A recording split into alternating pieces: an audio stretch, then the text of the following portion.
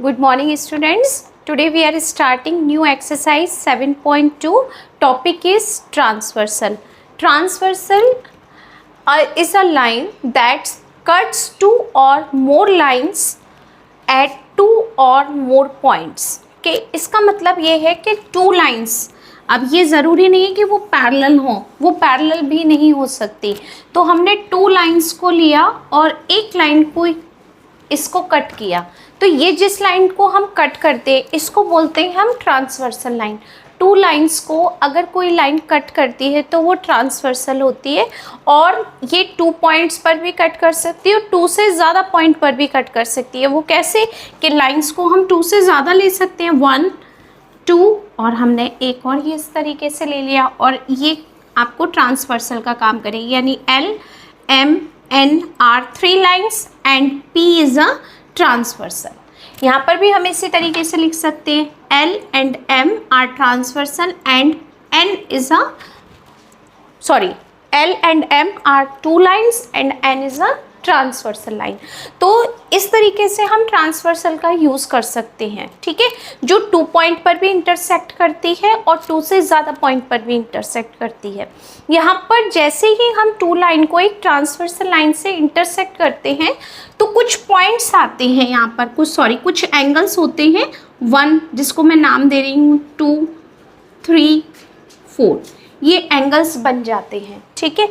और यहाँ पर हमने लिया 5, ये 6 7 और यहाँ पर 8। कुछ इस तरीके से एंगल्स बनते हैं जिनके बारे में मैं आपको बताती हूँ।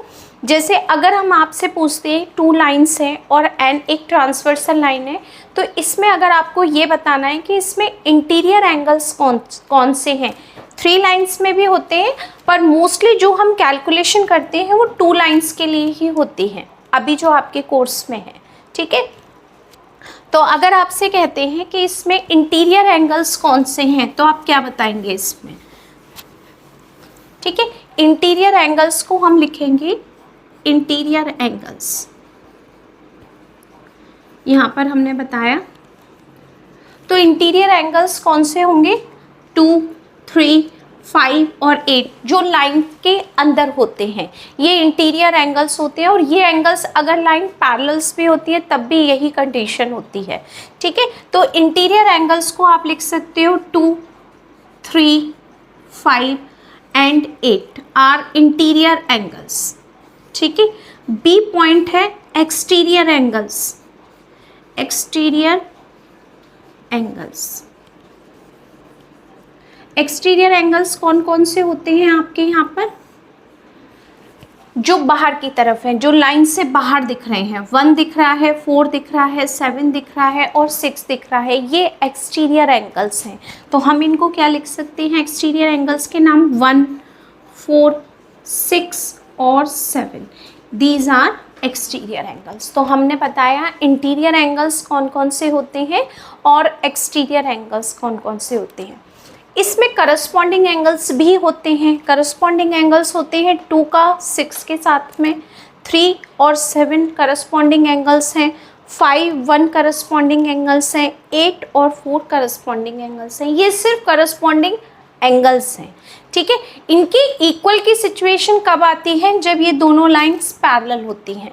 तो यहाँ पर अभी मैंने आपको सिर्फ इतना बताया कि ये इंटीरियर एंगल्स होते हैं, ये एक्सटीरियर एंगल्स होते हैं, और हम आपको ये भी बता देते हैं कि इसमें करस्पॉन्डिंग एंगल्स हम कौन कौन से लेते हैं। करस्पॉन्डिंग एंगल्स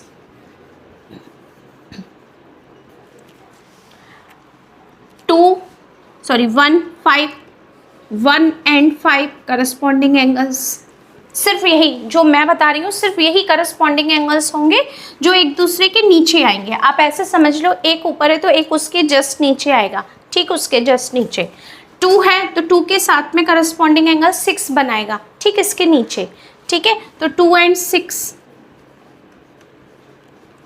3 and 7, 3 and 7 और 4 and 8, 4 and 8, ये करस्पॉन्डिंग एंगल्स हैं, ठीक है। तो ये एंगल्स हैं कि हम क्या क्या इसमें बता सकते हैं। हम इसमें इंटीरियर एंगल्स बता सकते हैं, हम इसमें एक्सटीरियर एंगल्स भी बता सकते हैं, हम कॉरस्पॉन्डिंग एंगल्स भी बता सकते हैं, इसमें अल्टरनेट इंटीरियर एंगल्स भी होंगे। सिर्फ एंगल्स होंगे, ये सिर्फ एंगल्स होते हैं। इनकी कुछ कंडीशंस होती हैं जो हम पैरेलल लाइन में देखते हैं, वो और कुछ नया लेकर आते हैं हम उसमें, जब ये दोनों लाइंस पैरेलल होती हैं और एन एक ट्रांसवर्सल लाइन का काम करेगी, तब ये सारी सिचुएशंस चेंज हो जाती हैं। ठीक है, अभी तो ये सिर्फ एंगल्स के नाम बताए हैं, अब इनके कुछ प्रॉपर्टीज़ हैं जो हम अब नेक्स्ट में बताते हैं आपको। Okay, next topic, properties of parallel line. यहाँ पर जो प्रॉपर्टीज़ हैं वो ओनली पैरेलल लाइन पर ही फॉलो होती हैं। अगर ये L और M पैरेलल नहीं है तो हम ये कोई भी प्रॉपर्टी उस पर फॉलो नहीं करेंगे।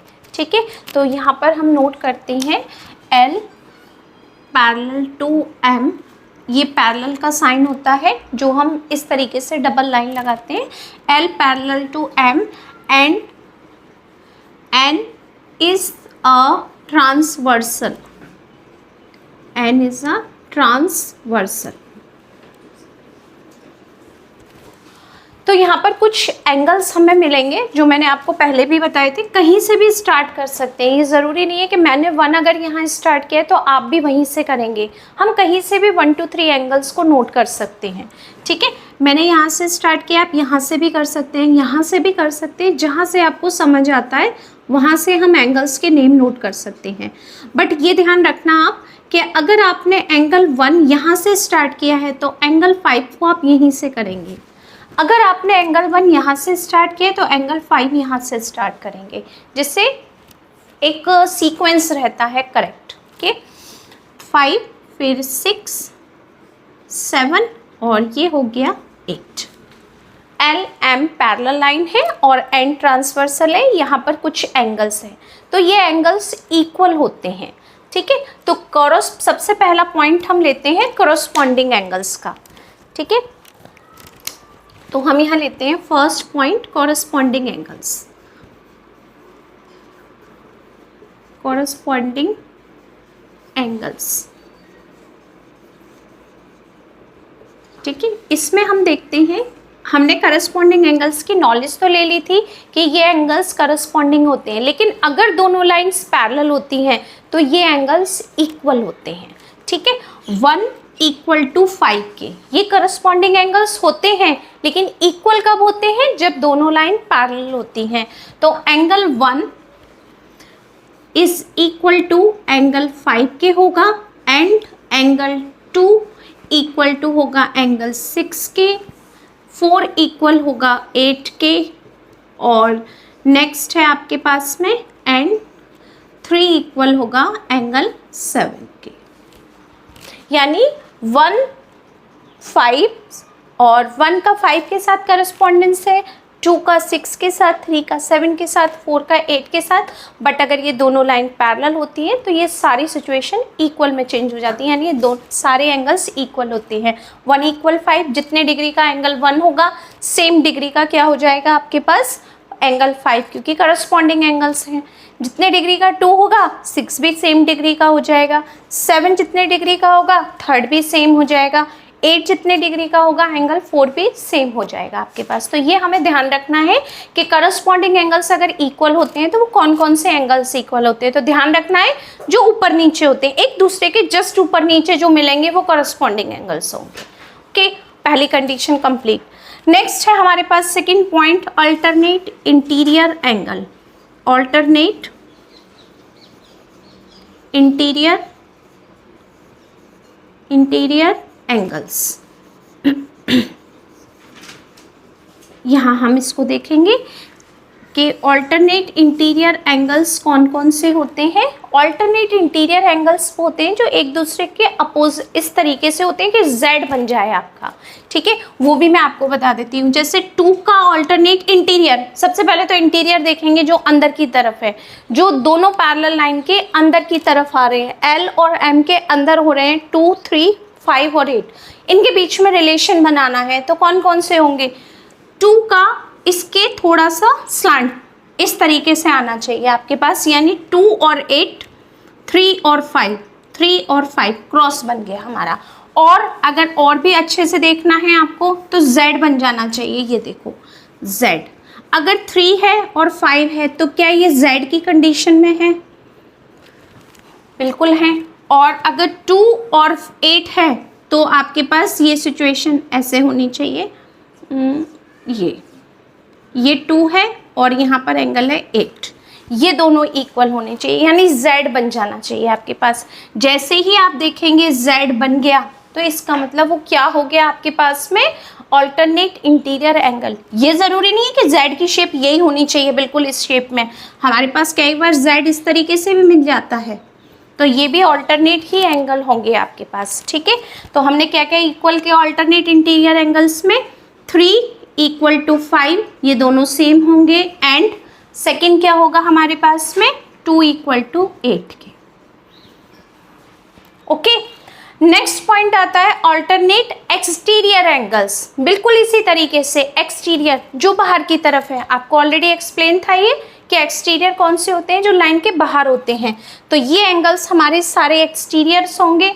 इसमें अब हमें कुछ रिलेशन बताना है। तो 1 इक्वल किसके होगा, 7 के, और 6 इक्वल किसके होगा, 4 के। तो ये हो गया हमारे पास में third point, alternate exterior angles. यहाँ पर अब हम इसकी बात करेंगे, ऑल्टरनेट एक्सटीरियर एंगल्स की। आपको मैंने बता ही दिया कौन कौन से होते हैं। 1 एंगल इक्वल किसके होगा, एंगल 7 के होगा, और एंगल 4 इक्वल टू किसके होगा, एंगल 6 के होगा। ये हमारे हो गए ऑल्टरनेट एक्सटीरियर एंगल्स। ओके, यहाँ तक ये समझ में आ गए आपको 3 पॉइंट्स। अब देखते हैं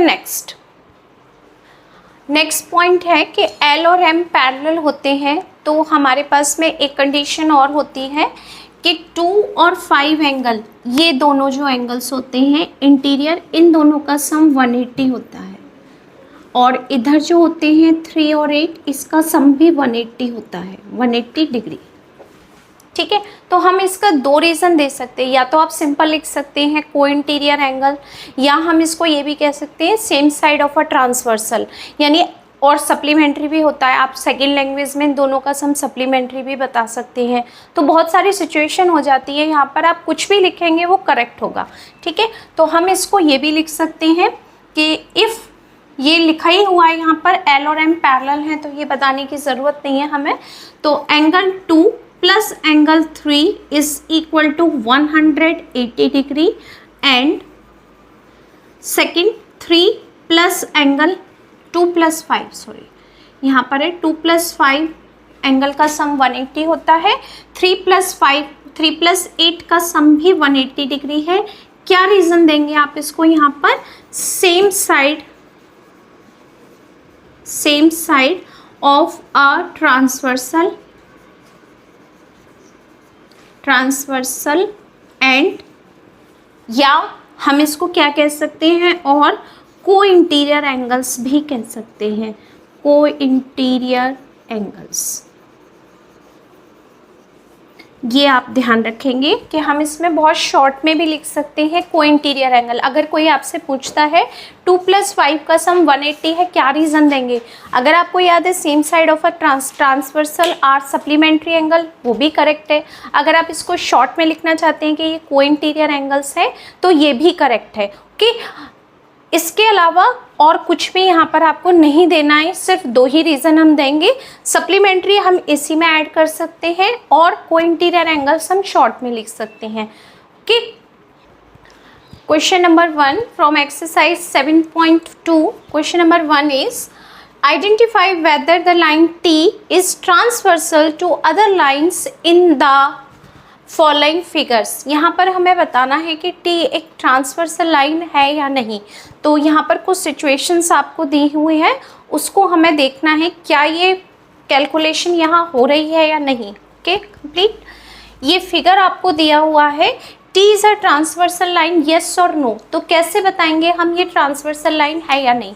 तो जो प्रॉपर्टीज़ हमने पढ़ी थी उसमें ये था कि टू लाइंस या तो पैरेलल होनी चाहिए या नॉन पैरेलल होनी चाहिए, तब लाइन ट्रांसवर्सल लाइन होती है। बट यहाँ पर जो आपकी सिचुएशन है वो टू पैरेलल लाइन या नॉन पैरेलल लाइन की नहीं आ रही, ये ऑलरेडी एक दूसरे को इंटरसेक्ट कर रही हैं। या तो पैरेलल लाइन आप कुछ इस तरीके से शो करोगे या कुछ इस तरीके से, मतलब दो जो लाइन है वो एक दूसरे को इंटरसेक्ट नहीं करेंगी, बट यहाँ थ्री लाइन्स एक दूसरे को इंटरसेक्ट कर रही हैं। इसका मतलब T is not a transversal line. तो आप यहाँ पर क्या लिख सकते हो सिचुएशन में? First part solution is here line T is not a transversal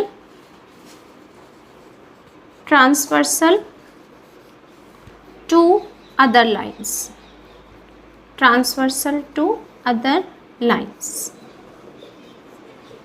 ठीक, here line T is not a transversal to other line, यही उसने पूछा है। नेक्स्ट बी पॉइंट पर आते हैं हम। यहाँ पर टू लाइन्स है, बट ये सिचुएशन नहीं है कि हमें कि ये दोनों लाइन पैरेलल हैं, बट टू लाइन्स दिख रही हैं जो एक दूसरे को इंटरसेक्ट नहीं कर रही हैं, और टी एक ट्रांसवर्सल लाइन है। तो हमें बताना है क्या ये ट्रांसवर्सल है? यस। क्यों? क्योंकि इसको टू पॉइंट्स पर इंटरसेक्ट कर रही है। हमने ट्रांसवर्सल की क्या डेफिनेशन पढ़ी थी कि जो एक ट्रांसवर्सल लाइन होती है वो या तो टू पॉइंट पर इंटरसेक्ट करती है, टू से ज़्यादा पॉइंट पर इंटरसेक्ट करती है। तो यहाँ पर आपको ये टू पॉइंट्स मिल रहे हैं, इंटीरियर एंगल्स भी मिल रहे हैं, एक्सटीरियर एंगल्स भी शो हो जाएंगे अगर हम करेंगे। इसका मतलब क्या है? यहाँ पर ये एक ट्रांसवर्सल लाइन है क्योंकि इसको टू पॉइंट पर इंटरसेक्ट कर रही है। तो टू पॉइंट पर इंटरसेक्ट कर रही है तो आप लिखेंगे here line T is transversal, here line T is transversal to other lines। ये एक ट्रांसवर्सल लाइन का काम कर रही है। ओके,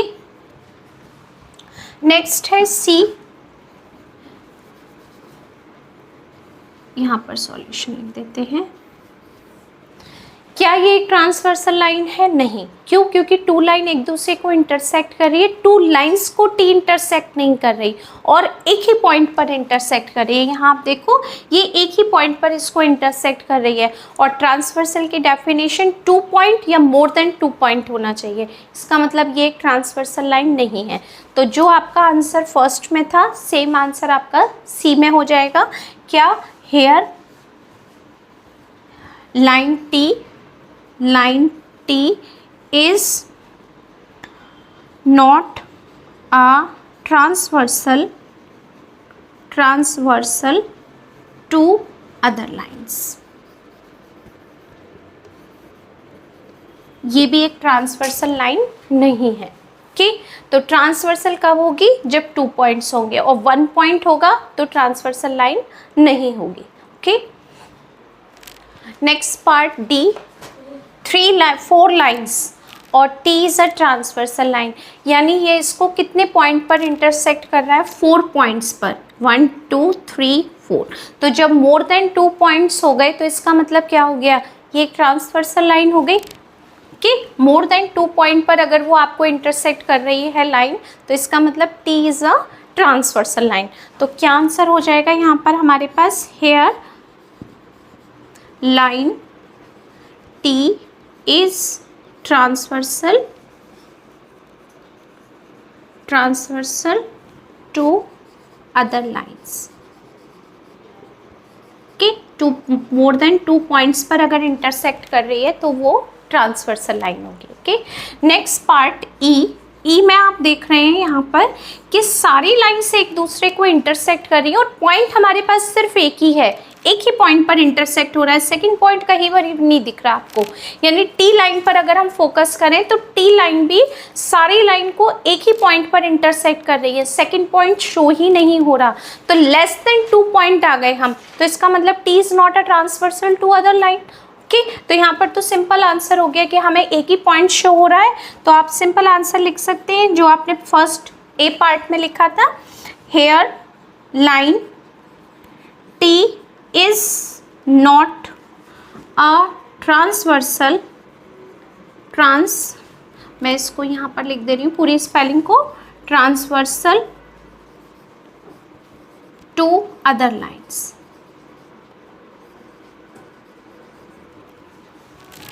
ये इसके ट्रांसवर्सल नहीं होगी। नेक्स्ट पार्ट एफ में हम देख रहे हैं कि यहाँ पर ये 2 लाइन है और ये टी जो ट्रांसवर्सल है वो उसको 2 पॉइंट पर इंटरसेक्ट कर रही है। इस लाइन पर नहीं ध्यान देकर, एक पॉइंट ये हो गया टी का और एक पॉइंट ये हो गया, यानी वो इन 2 लाइन्स को 2 पॉइंट्स पर इंटरसेक्ट कर रही है। इसका मतलब क्या होगा, टी इज अ ट्रांसवर्सल। तो आप इसको लिख सकते हैं, here line T is line T is transversal, is a transversal to other lines. Okay, here line T is a transversal to other line. E part में पॉसिबल नहीं है क्योंकि एक ही पॉइंट था। एफ पार्ट में इसलिए पॉसिबल है क्योंकि ट्रांसवर्सल लाइन है वो 2 लाइंस को 2 पॉइंट पर इंटरसेक्ट कर रही है, इसलिए। सेम हमारे पास इसमें भी था, डी पार्ट में यही सिचुएशन कि वो इसको 2 से ज़्यादा पॉइंट पर इंटरसेक्ट कर रही है, इसलिए ये एक ट्रांसवर्सल लाइन है। ओके, आई थिंक अब आपको फर्स्ट क्वेश्चन से पूरा क्लियर हो गया होगा कि हम ट्रांसवर्सल लाइन को कैसे डिफाइन करते हैं। ओके